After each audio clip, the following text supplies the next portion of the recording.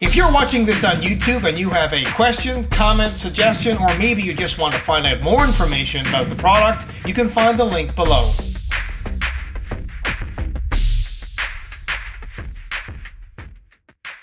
Hello again, I'm Rodney Reynolds from 3GameMan.com and welcome to another video review. Today I'm looking at the NZXT Source 530 case. The box is really nothing special, but it does have pictures, features, and specifications about the product, plus a couple of holes in either side to carry it. Your typical case packaging material, styrofoam on either end, and the case itself is in a plastic bag. They include a user's manual as well as a pamphlet showing their other products. Note that they have some protective plastic here on the shiny bits on the front of the case, as well as protective plastic on the window. Now, while this is a full tower case, it's certainly not as large as some of the other full tower cases that are on the market. It measures in at 235 by 507 by 510.5 millimeters. It's mainly comprised of steel, but there is plastic as well as mesh on this case, and it weighs in at 9.2 kilograms, which is rather light for a full tower case. The overall styling on this case is pretty simple. It has that boxy look to it, but it does have a nice front panel. At the top of the case, they include lots of ventilation, plus one 120 millimeter exhaust fan. Now you can install two more for a total of up to three 120 millimeter fans. Alternatively, you can install up to two 140 millimeter fans. As well, of course, you've got lots of radiator options and different sizes that you can put up here. And note the universal screw holes. You can slide it back and forth, and this is just for positioning. On the right side of the front panel, they've got the power button, reset button, as well as a button here for turning the I/O LED that's at the back of the case on and off. At the top there's an LED plus two USB 3 ports as well as a microphone jack and headphone jack. Now there's not a lot of branding on this case. Note their logo at the top left hand corner. It is super small. Now the front panel is mostly comprised of pretty fine mesh. Well, the drive bay covers are also mesh, and by the way, they have three 5¼ inch drive bays. To remove these drive bay covers, just push this latch to the right and it comes right off, and to put it back, just snaps into place. And being mesh, it's going to provide excellent ventilation. Now behind here you can install a number of different fans.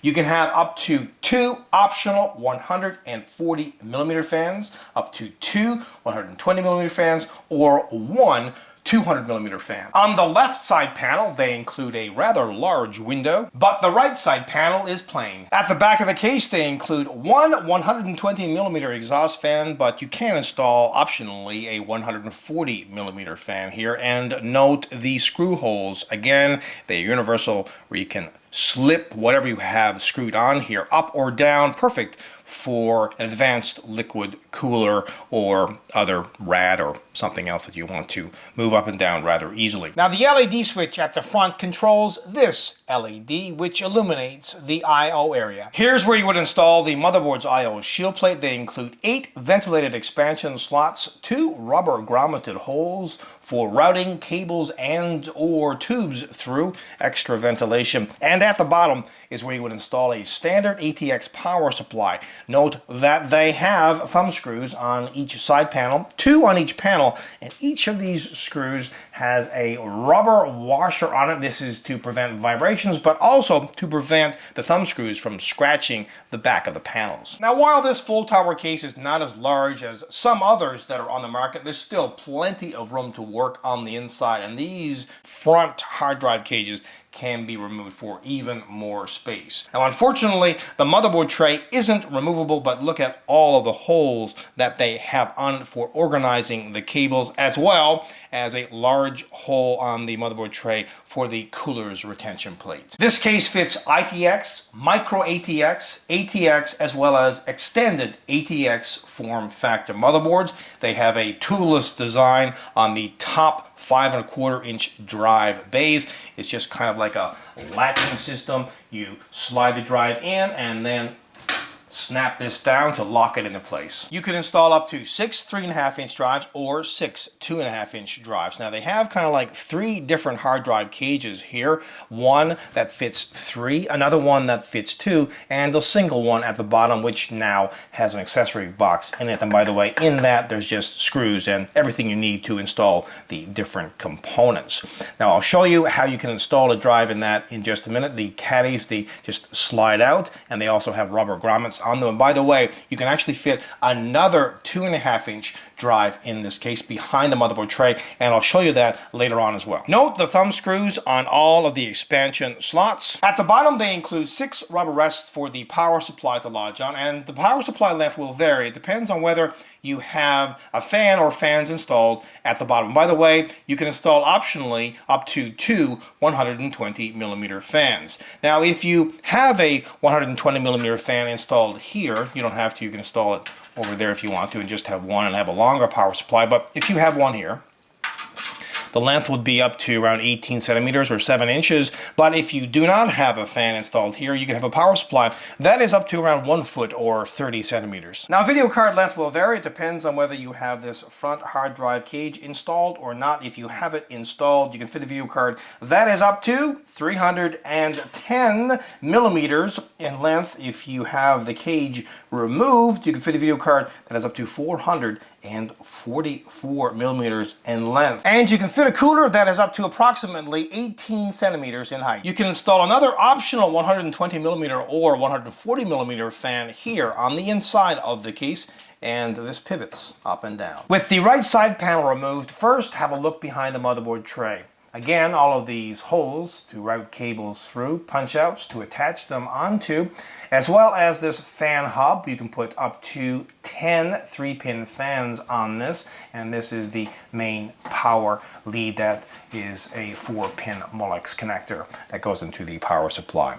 Now, they have this plate here, and on it you can put a 2.5-inch drive, and that's the other one that I was talking about. Remember, you can put either 6 3.5-inch drives or 6 2.5-inch drives here, but you can also put another 2.5-inch drive here if you want to. To install a 3.5-inch or 2.5-inch drive, just pinch at the front and you can just pull it out like so. To install a 3.5-inch drive, no screws are required, just bend it like so, not too much, and then install the drive. Note that they have little rubber washers here to prevent vibrations. Once you've done that, you can slide it back in. Now, alternatively, if you want to install a 2.5-inch drive, use the included screws, attach the drive, and then just slide it back into place. Now, there's plenty of space behind the motherboard tray and the right side panel. It varies anywhere from 26 to 34 millimeters. At the bottom, they have 4 rather tall feet, and by the way, each of these has a rubber insert. So, if you're putting this case on the carpet, you don't have to worry so much because the feet are tall enough to keep the case off of it to allow the bottom fan or fans to intake cool air. As well, they include 2 removable dust filters. They just slide in and out like so. Now, just to recap, they include 2 120 millimeter fans. One is at the top of the case and the other one is at the back of the case, and both of these are exhausting the warm air. I should mention as well that they include a dust filter for the fan or fans that optionally you can install at the front of the case, and I would recommend that you install at least 1 fan intaking cool air at the front of the case. Now have a listen to the stock cooling.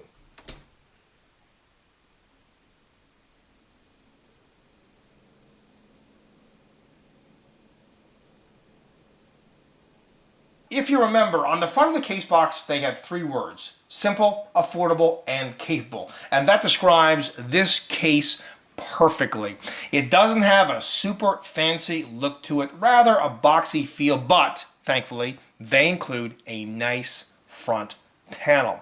It is certainly going to be a lot cheaper than other, larger, more feature-rich cases that are on the market, probably up to around $100 less, and that's certainly substantial. If you're on a budget as well, it is definitely capable because it has most of the features that you should be looking for in a full tower case. Overall, this is a kick-ass product.